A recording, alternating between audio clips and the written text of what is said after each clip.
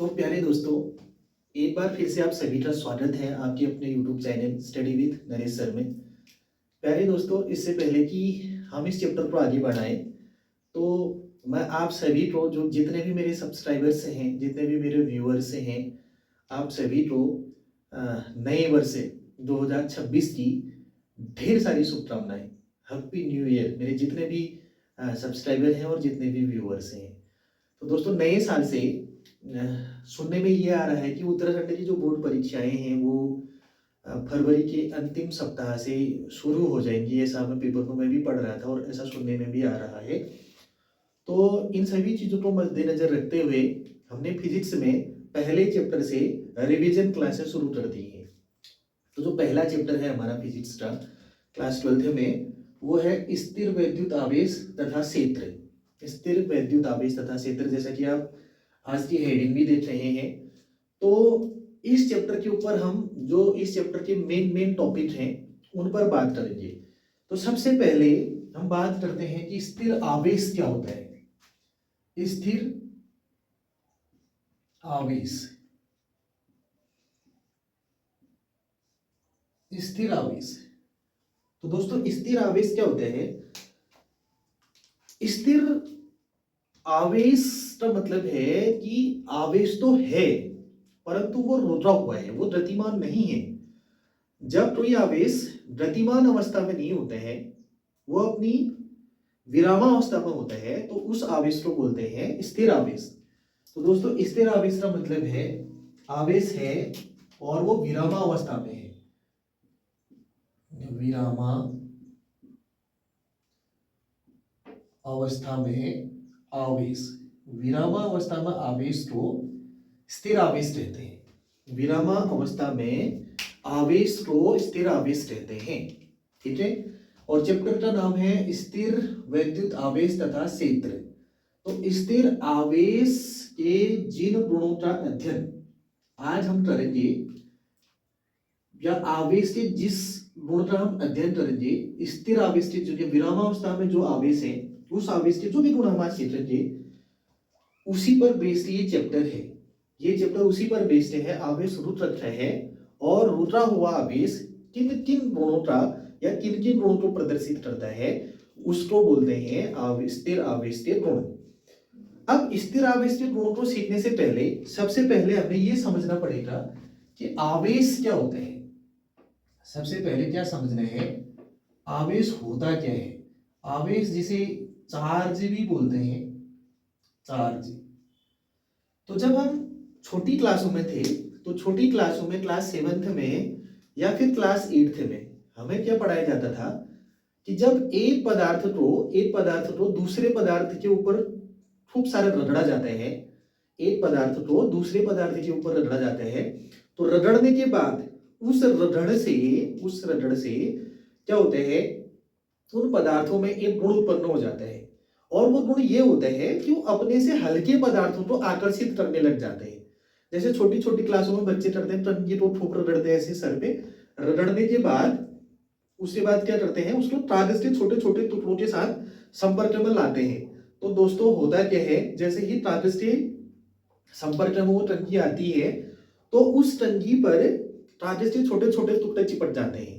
तो हमें ये बताया जाता था कि उस टंकी पे जो है आवेश आ गया है, जिसके कारण वो छोटे छोटे कागज के टुकड़े आपस में चिपकने शुरू होते हैं। ठीक है। तो दो पदार्थों के रगड़ से उत्पन्न होने वाला गुण जो अपने से हल्के पदार्थों को आकर्षित कर सके, वो आवेश कहलाता है। ऐसा यहाँ क्लास 12 की एनसीईआरटी की बुक में भी आपको देखने को मिल जाएगा। फिलहाल थोड़ा सा हम क्लास 12 के अकॉर्डिंग चले, तो क्लास 12 के अकॉर्डिंग क्या होता है आवेश? आवेश होता है कि जब कोई पदार्थ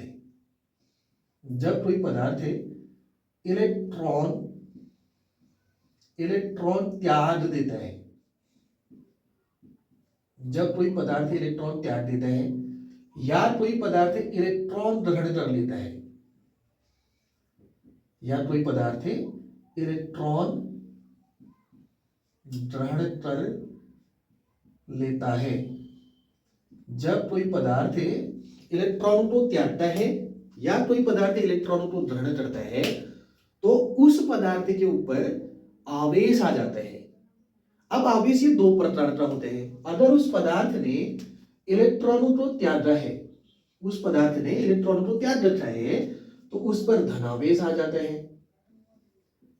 आराम से समझना है, जब कोई पदार्थ इलेक्ट्रॉनों को त्याग देते हैं, मतलब अगर किसी पदार्थ के पास 6-7 इलेक्ट्रॉन थे, उसने 1 इलेक्ट्रॉन को त्याग दिया है, या किसी दूसरे पदार्थ को, किसी दूसरे तत्व को उसने भी इलेक्ट्रॉन दिया है, तो उस पदार्थ के ऊपर 1 धनावेश आ जाता है। इसका उल्टा अगर किसी पदार्थ ने दूसरे पदार्थ से इलेक्ट्रॉनों को लिया हुआ है तो उस पदार्थ पर ऋणावेश आ जाता है, उस पदार्थ पर ऋणावेश आ जाता है।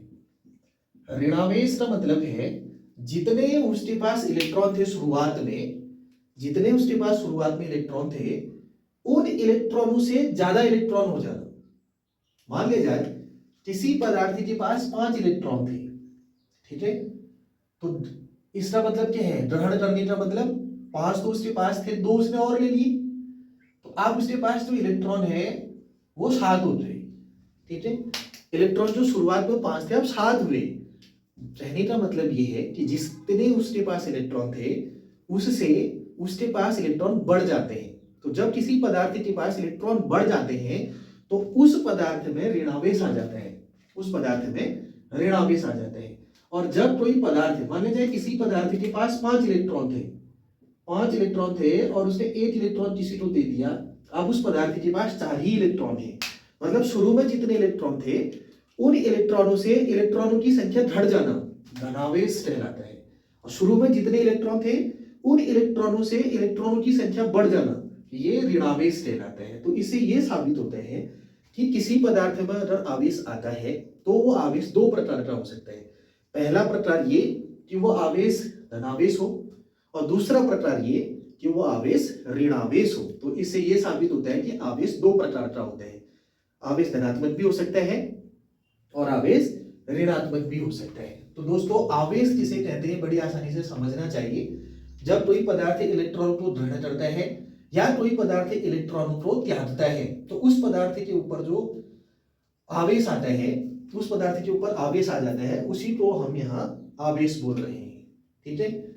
अब इन आवेशों का एक मात्रक होता है, इन आवेश का एक मात्रक होता है, आवेश का मात्रक, आवेश का जो मात्रक होता है उसे कूलाम बोला जाता है। आवेश का मात्रक क्या होता है, कूलाम, और जिसे हम यहाँ सी से प्रदर्शित करते हैं, जिसे हम किससे प्रदर्शित करते हैं, सी से प्रदर्शित करते हैं।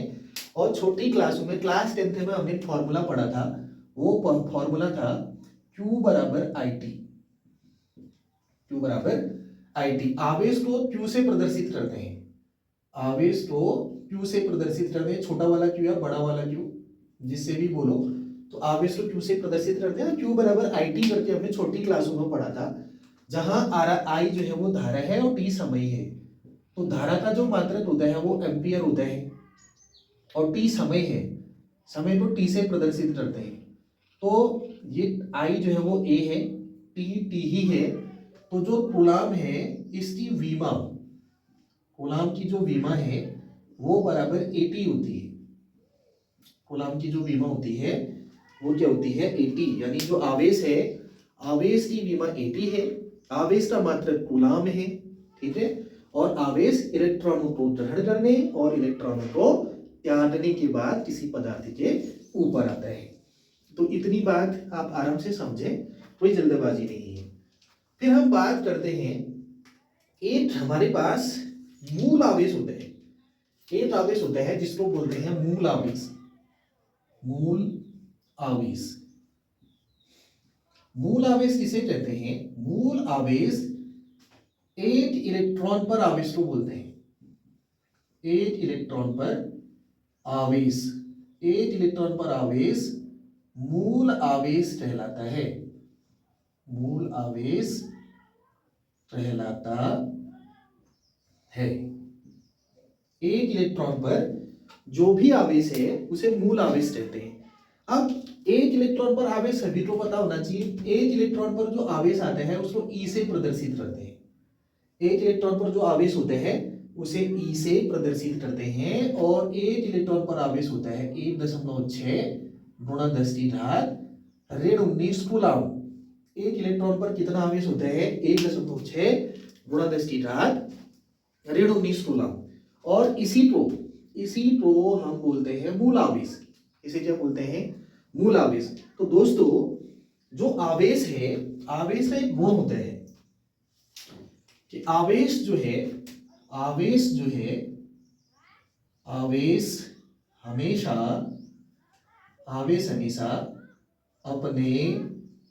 अपने मूल आवेश के पूर्ण गुणजों के रूप में ही पाया जाता है। आवेश हमेशा अपने मूल आवेश के पूर्ण गुणजों के रूप में ही पाया जाता है। ये आवेश का सबसे बेस्ट वाला जो है गुण है, आवेश की प्रॉपर्टी है। आवेश हमेशा, जो मूल आवेश की मैं बात कर रहा था अभी, मूल आवेश मतलब एक इलेक्ट्रॉन पर उपस्थित आवेश। एक इलेक्ट्रॉन पर जो भी आवेश होते हैं उसे मूल आवेश कहते हैं, और आवेश हमेशा मूल आवेश के पूर्ण गुणजों के रूप में ही मिलता है। अब दोस्तों इस बात को लिखने का एक तरीका होता है। आवेश को क्यू से प्रदर्शित करते हैं, ठीक है, और इसने बोला मूल आवेश को ई से प्रदर्शित करते हैं। पूर्ण गुणज यहाँ एन आ जाते हैं, यहाँ पे एन एक पूर्ण गुणज है, मतलब एन और ई आपस में गुण है, इसका मतलब ई का गुणज है एन, और ये जो एन है वो एक पूर्णांक है। एन एक क्या है? पूर्णांक है, जिसका मान 1 2 3 4 5 डॉट डॉट डॉट डॉट ऐसा कुछ भी हो सकते हैं। तो ये क्या बोल रहा है? आवेश अपने मूल आवेश के पूर्ण गुणजों के रूप में पाया जाता है, अर्थात जो Q है वो बराबर N ही होते हैं। Q बराबर N ई। ई यहाँ पे मूल आवेश है, और N एक पूर्णांक है। पूर्णांक का मतलब पूर्ण गुणज, ई का पूर्ण गुणज है, अर्थात जो N है उसका मान भिन्नात्मक नहीं हो सकता है। मैं ये कहना चाह रहा हूं कि जो N है, N जो है वो 1/2 नहीं हो सकता है, N 3/2 नहीं हो सकता है, N 4/3 नहीं हो सकता है, N 6/5 नहीं हो सकता है। ऐसे यानी N के ये मान यहाँ पे नहीं होते हैं, ठीक है। N का ऐसा कोई भी मान यहाँ पे एक्सेप्ट नहीं किया जाएगा। N के केवल 1 2 3 4 5 6 7 8 ऐसे ही मान लिए जाएंगे, और इन्हीं मानों को बोलते हैं N यानी पूर्ण गुणज। ये पूर्णांक हैं, पूर्ण संख्याएं हैं, तो आवेश हमेशा पूर्ण संख्याओं के गुणनफल के रूप में ही प्राप्त होता है, और इस नियम को बोलते हैं आवेश का क्वांटीकरण।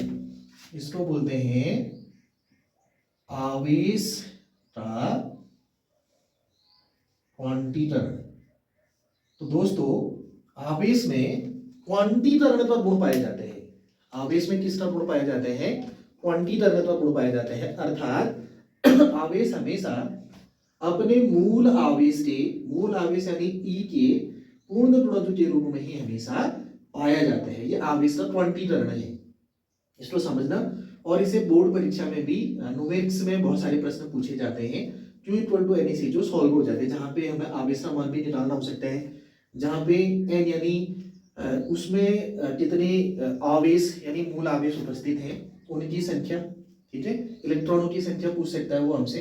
तो इस प्रकार से जो है आवेश का क्वांटीकरण जो है बड़ी आसानी से हम लोग समझ सकते हैं। अब बात करते हैं, थोड़ा सा आगे बढ़ते हैं। आवेश का क्वांटीकरण अगर समझ में आया तो इसे थोड़ा और आगे बढ़ सकते हैं हम। अब थोड़ा आगे बढ़ने पर आवेश के एक और गुण की मैं बात करता हूं।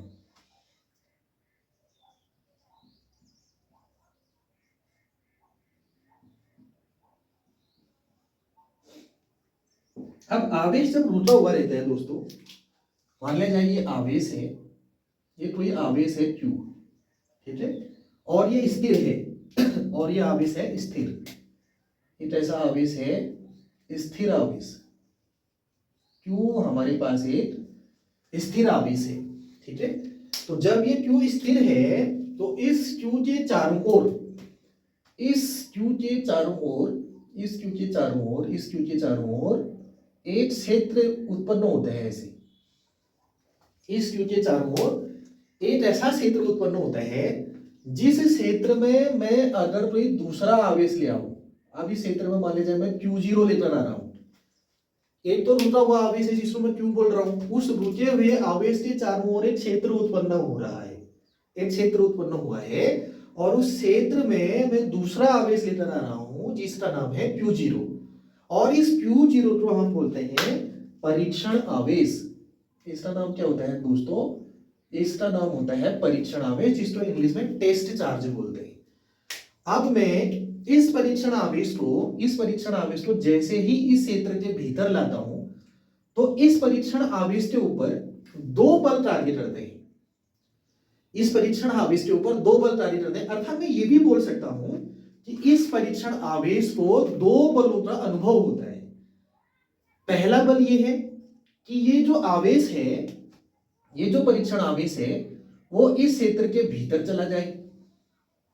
पहली बात यह है कि जो परीक्षण आवेश है वो इस क्षेत्र के भीतर आ जाए, या फिर जैसे ही ये आवेश इस क्षेत्र के भीतर आने का प्रयास करेगा तो इस पर बल लगेगा और ये परीक्षण आवेश बाहर की तरफ चला जाएगा। ठीक है प्यारे दोस्तों, पहली बात यह है कि आवेश, दूसरा जो परीक्षण आवेश है इस स्थिर आवेश के क्षेत्र के भीतर आ जाए, या फिर इस परीक्षण आवेश पर बल लगेगा तो वो क्षेत्र से बाहर चला जाए। दो कंडीशन है।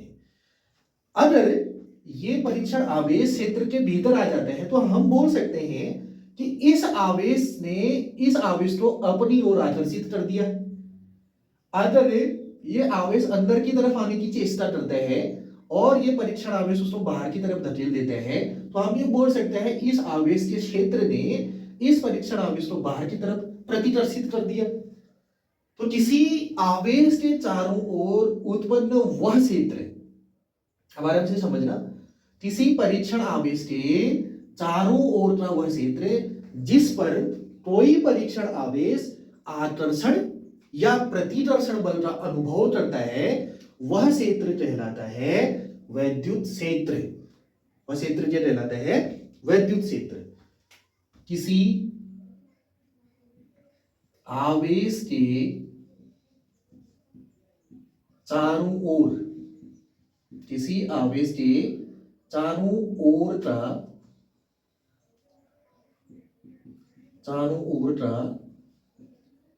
वह क्षेत्र जिस पर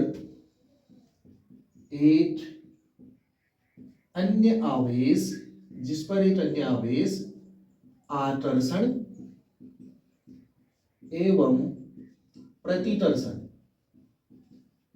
प्रतिकर्षण बल का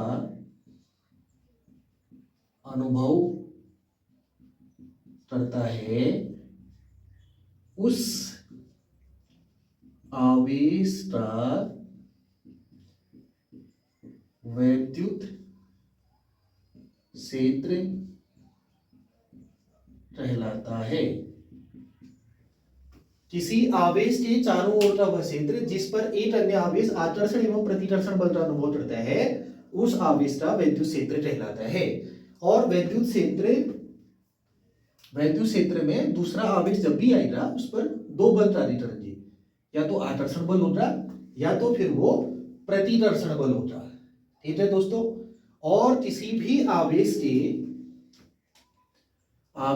वैद्युत क्षेत्र को, किसी भी आवेश के वैद्युत क्षेत्र को वैद्युत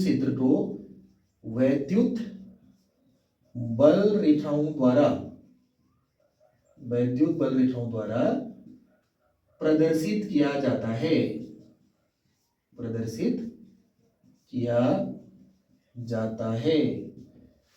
किसी भी वैद्युत क्षेत्र को वैद्युत बल रेखाओं द्वारा प्रदर्शित किया जाता है।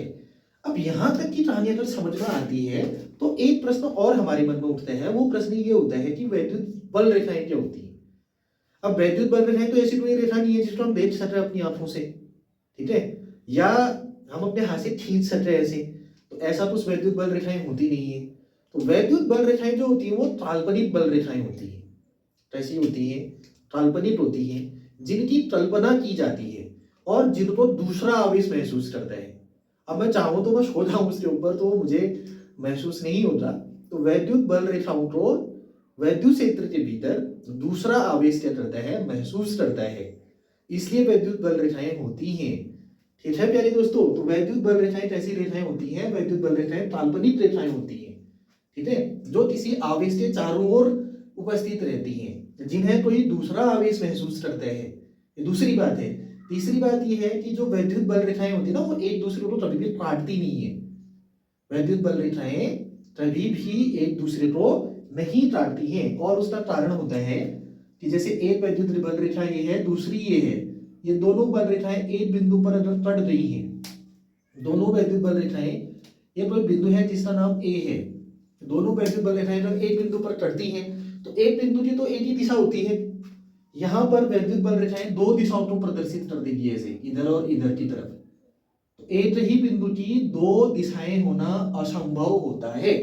एक ही बिंदु की दो दिशाएं होना असंभव होता है, इसलिए वैद्युत बल रेखाएं कभी भी एक दूसरे को प्रतिच्छेद नहीं करती हैं। ठीक है प्यारे दोस्तों, तो वैद्युत बल रेखाओं का मैंने क्या क्या गुण बताए? वैद्युत बल रेखाएं काल्पनिक होती हैं, जिनकी कल्पना कर सकते हैं हम। उनको दूसरा आवेश महसूस करता है, वो एक दूसरे को कभी भी नहीं काटती हैं। तीसरा गुण उनका ये है कि जो वैद्युत बल रेखाएं होती हैं, जहां पर ज्यादा, जैसे ये धनावेश है और ये ऋणावेश है, वैद्युत बल रेखाएं धनावेश से चलती हैं, ऋणावेश पर खत्म होती हैं। धनावेश से चलती हैं, ऋणावेश पर खत्म होती हैं। धनावेश से चलती हैं, ऋणावेश पर खत्म होती हैं। धनावेश से चलेगी, ऋणावेश पर खत्म होगी, ऐसे। तो इसमें क्या दिखाई दे रहा है कि जिस जगह पे, जिस स्थान पे वैद्युत बल रेखाएं आपस में मिली जैसी प्रतीत हो रही हैं, या जहां पे ज्यादा सट रही हैं, वहां पे वैद्युत क्षेत्र प्रबल होता है। वहां पे वैद्युत क्षेत्र होता है प्रबल।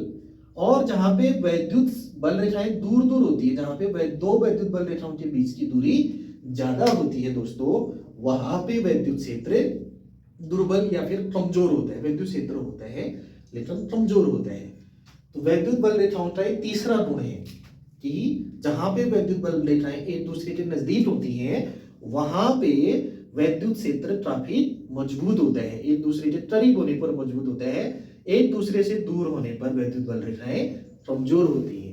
तो दोस्तों हमने क्या पढ़ा कि जब कोई आवेश स्थिर रहता है तो स्थिर आवेश के चारों ओर एक क्षेत्र उत्पन्न होता है, जिस क्षेत्र पर दूसरा आवेश जब भी आता है तो वो आकर्षण एवं प्रतिकर्षण बल का अनुभव करता है। और ये जो वैद्युत क्षेत्र की मैं बात कर रहा हूं, उस वैद्युत क्षेत्र को वैद्युत बल रेखाओं के द्वारा प्रदर्शित किया जाता है।